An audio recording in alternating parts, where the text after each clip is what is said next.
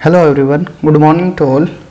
Welcome to UGC NET paper one series. UGC NET paper one series में हम क्या है आज एनालिसिस ऑफ पेपर वन करेंगे, जो कि प्रेजेंट में भी क्या है यूजीसी एनटीए के एग्जाम चल रहे हैं 2003 वाले। तो इसमें क्या है कि कैसा पैटर्न चल रहा है पेपर वन का, वो सब देखने वाले हैं।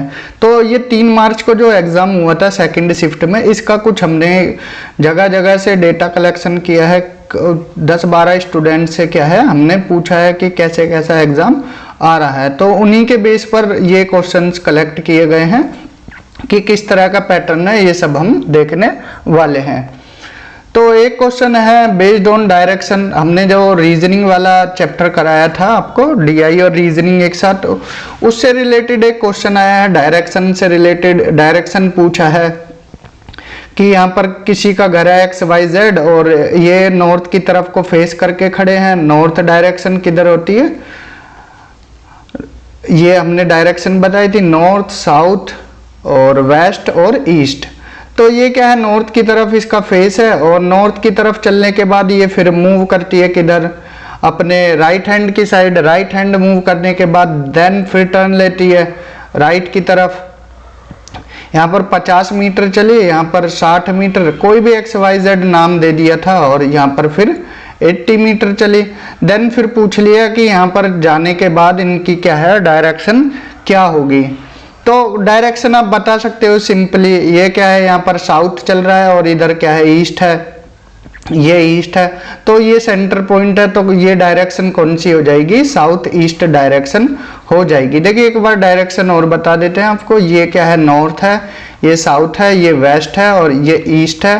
देन ये फर्दर डिवाइडेड होती हैं, नॉर्थ ईस्ट है और ये हमारी साउथ ईस्ट, ये साउथ वेस्ट है और ये क्या है नॉर्थ वेस्ट है। अगर आपको डिटेल में देखना है तो आप रीजनिंग वाले वीडियो को जाकर देख सकते हो। तो एक क्वेश्चन क्या है डायरेक्शन पर आया था, सिंपल क्वेश्चन था। देन नेक्स्ट क्वेश्चन है ये रीजनिंग से, फिर रीजनिंग से आया है। ये आपको संख्या दी गई थी 3, 5, 8, 13, 21, 34। देन ऑप्शन में दे दिया यहाँ पर कि क्या क्या आया था, 61, 55, 72 एंड डी 81। एग्जैक्ट ये नहीं था, कभी आप सोचो ये क्या है एग्जाम का, हम सिर्फ आपको पैटर्न यहाँ पर डिस्कस कर रहे हैं। तो यहाँ पर 3 दिया, यहाँ 5 दिया, तो इसको ऐड किया, कितना बना 8 और 5 को ऐड किया, प्रीवियस नंबर को ऐड करते रहेंगे। 8 में 5 ऐड किया 13 में 8 ऐड किया 21 में 13 ऐड किया 34 में 21 ऐड करोगे तो क्या होगा 55। यही क्या था करेक्ट आंसर था। इस तरह के क्वेश्चन आए हैं, सिंपल पूछा है कोई आपसे। हमने पहले भी बोला था कि रीजनिंग, मैथ और डीआई आपसे सिंपल पूछा जाएगा, कोई एसएससी, रेलवे, बैंकिंग का क्वेश्चन नहीं पूछे जाएंगे। देन एक क्वेश्चन आया था सिंपल इंटरेस्ट से। यहाँ पर क्या है आपको इंटरेस्ट दे दिया था कि और टाइम पीरियड दे दिया था कि 5 साल के लिए, और यहाँ पर क्या है ब्याज दर जो आर था वो क्या था 5% था, और आपसे पूछ लिए सिंपल इंटरेस्ट दे दिया था, सपोज करो 1200 ये दे दिया, कोई भी संख्या हो सकती है। तो यहाँ पर क्या है आपसे प्रिंसिपल अमाउंट पूछा था कि मूल क्या था। ये ब्याज बोलते हैं सिंपल इंटरेस्ट, ब्याज दर, ये टाइम समय, ये जो ब्याज दर है वो। तो यहाँ पर आपसे मूल पूछा गया था। तो एक सिंपल फॉर्मूला लगेगा यहाँ, SI is equal to P into R into T upon में 100। ये सिंपल फॉर्मूला लग जाएगा, ये 100 इधर चला जाता है, SI into 100 is equal to P। आपको बिल्कुल सिंपल वे में समझाते हैं ये, और हमको क्या निकालना था, P निकालना है। तो जब P निकालना है, P को यहीं रहने दो, RT को अपॉन में ले जाते हैं, जो मल्टीप्लाई में होता है, जब दूसरी साइड ले जाते हैं ये डिवाइड में चला जाता है। तो ये आपको सोल्यूशन यहाँ पर सोल्व कर देना था। SI की वैल्यू जैसे 12150 दी है इंटू 100, और अपॉन में यहाँ R क्या है 5 है, और समय भी क्या है 5 साल है, तो P आपकी P की वैल्यू निकल के आ जाएगी। तो ये सिंपल क्वेश्चन था मैथ का, जो कि किससे था, सिंपल इंटरेस्ट से। देन एक क्वेश्चन पूछा था वेटलैंड डे, एनवायरनमेंट डे और आपका जो अर्थ डे, तो आपको स्टेटमेंट वाइज दे दिया था और फिर क्या है आपको पूछ लिया था ऑप्शन ए करेक्ट है, बी करेक्ट है, सी करेक्ट है, डी। तो वेटलैंड डे हमने अपनी करंट अफेयर सीरीज में भी करा रखा है, कब 2 फेब को मनाया जाता है, कहाँ, रामसर साइट के बारे में हमने डिस्कस किया था, रामसर ईरान में 1972। कितने वेटलैंड है भारत में, 75 वेटलैंड साइड है अब करंट में। एनवायरनमेंट डे ये आप सभी को पता है 5 जून को मनाया जाता है। तो जितने ये सिंपल डेज है एनवायरनमेंट से रिलेटेड, आप एक बार उन पर नज़र मार के जाइए, तो इससे क्या है आपका एक क्वेश्चन सोल्व होने के चांसेस रहते हैं। ओजोन डे याद कर लेना, ओजोन डे कब मनाया जाता है, जैव विविधता दिवस, ये जितने भी डेज हैं 8 से 10 डेज आप इनको एक बार देख लेना एग्जाम से पहले, आपके 2 नंबर यहाँ पे पक्के हो जाएंगे। धन एक क्वेश्चन आया था टाइम एंड वर्क से। यहाँ पर क्या है कि 2 इंसान किसी काम को मिलकर 18 दिन में पूरा करते हैं, तो अगर ये अलग अलग करने लगे तो 1 और 2 जो पर्सन ए है और पर्सन बी है ये कितने दिनों में करेंगे। तो ये भी सिंपल है, सीधी सी बात है, 2 मिलकर 18 दिन में कर रहे हैं। ऑप्शन में अगर 18 से ज़्यादा है तो वो आपको क्लिक कर देने हैं। तो इस तरह का क्वेश्चन टाइम एंड वर्क से है एक। यहाँ पर जो क्वेश्चन दिए गए हैं 5 क्वेश्चन डीआई से। डीआई बिल्कुल आपसे सिंपल पूछी है, आपको क्या है डेटा दे दिया गया है, डेटा देने के बाद फिर क्या है उनका परसेंटेज पूछ लिया है, एवरेज पूछ लिया है कि कितना परसेंटेज है, कितना एवरेज है, फिर रेशियो पूछ लिया है। तो 5 क्वेश्चन एक दूसरे से डिफरेंस पूछ लिया है। जैसे यहाँ पर क्या 6 कंपनी दे दिए हैं A B C D E F, तो ये क्या है एक दूसरे से डिफरेंस पूछ लिया सी और ई का। तो सिंपल डीआई पूछा गया है। आप पाई चार्ट देख लेना एक बार और एक बार ग्राफ देख लेना और टेबल, ये 3 से बाहर आपका कुछ आएगा नहीं, टेबल, पाई चार्ट और ग्राफ, ये इनमें से कोई भी एक आ सकता है, तो आप इजीली इसको भी कर लोगे। अगर आपको देखना है तो हमारी 1 आवर की वीडियो है, उसमें क्या हमने डीआई और रीजनिंग अच्छे से कराया हुआ है, तो 10 नंबर आपके वहां से पक्के हो जाने के चांसेस रहते हैं। एक क्वेश्चन आया था जो ब्रिटिश टाइम पीरियड पर यूनिवर्सिटी डेवलप की थी, तो यहाँ पर 4 ऑप्शन दिए गए थे। बॉम्बे, जो प्रेजेंट में क्या है मुंबई है, बॉम्बे, और फिर क्या है मद्रास दिया था और दिल्ली दिया था, दिल्ली एंड कैलकाटा। यहाँ पर क्या है कैलकाटा। तो यहाँ पर पूछ लिया है इनमें से किस जगह पर यूनिवर्सिटी डेवलप नहीं हुई थी, कब, 1857 में। तो इसका सिंपल जवाब है दिल्ली में नहीं थी, बाकी 3 जगह थी, बॉम्बे, मद्रास, कैलकाटा।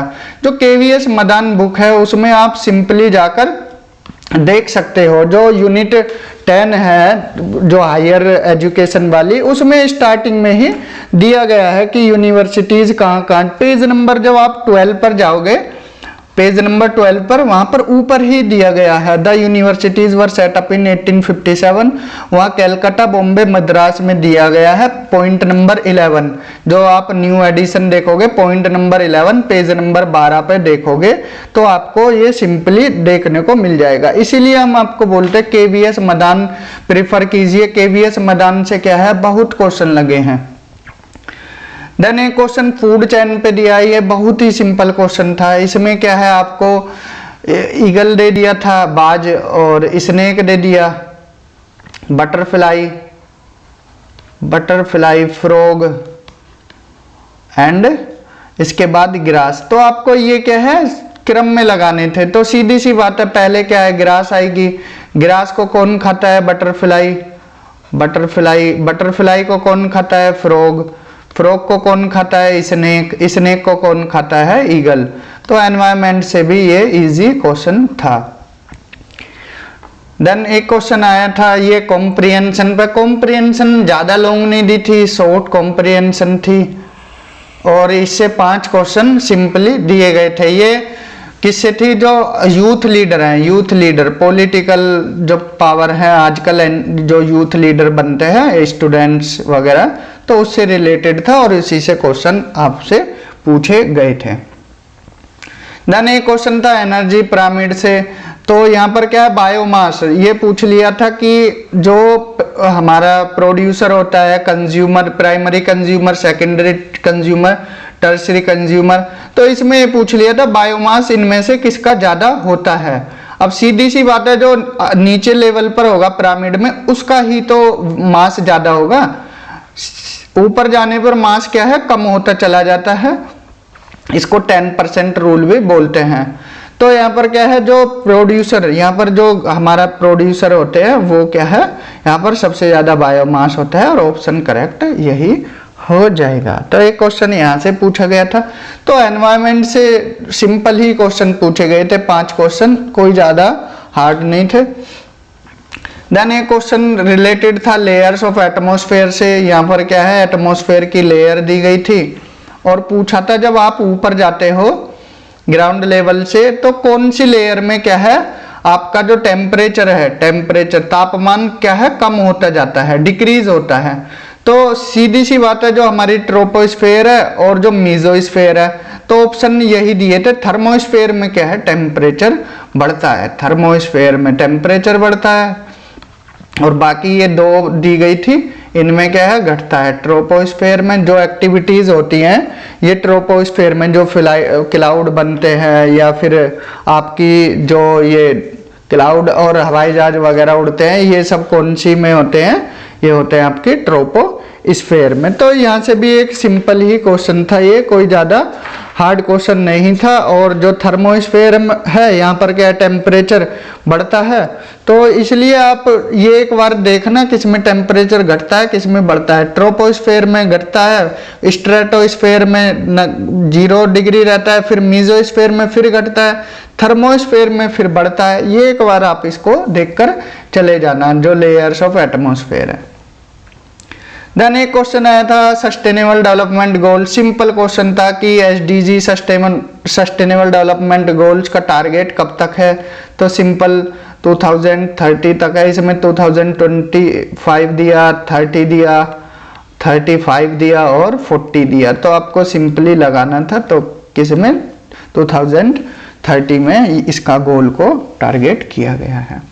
देन एक क्वेश्चन एजेंडा 21 से पूछा था। एजेंडा 21 कौन से साल आया, तो ये 1992 जो अर्थ समिट थी वहां पर इसको डिस्कस किया था। एजेंडा 21 को अपनाया गया था जो मेंबर कंट्रीज थी उनके द्वारा। और ये कहाँ हुई थी, जो अर्थ समिट, फर्स्ट अर्थ समिट, ये रियो डी जेनेरियो ब्राजील का एक शहर है, वहां पर हुई थी। तो ये जो जितने भी कॉन्सेप्ट है, जो एनवायरनमेंट से जो चीजें क्वेश्चंस आए हैं, वो मोस्टली जो करंट अफेयर्स की वीडियो कराई थी हमने, 2-3 क्वेश्चन तो उसी से लग गए हैं सिंपल। जैसे वेटलैंड डे हो गया, एजेंडा 21, हमने कोप की मीटिंग से भी पूछा था एक क्वेश्चन, कोप 27 कहाँ हुआ। कोप हमने काफी डिस्कस किया था, डिटेल में बताया था कि कोप होता क्या है, UNFCCC क्या होता है।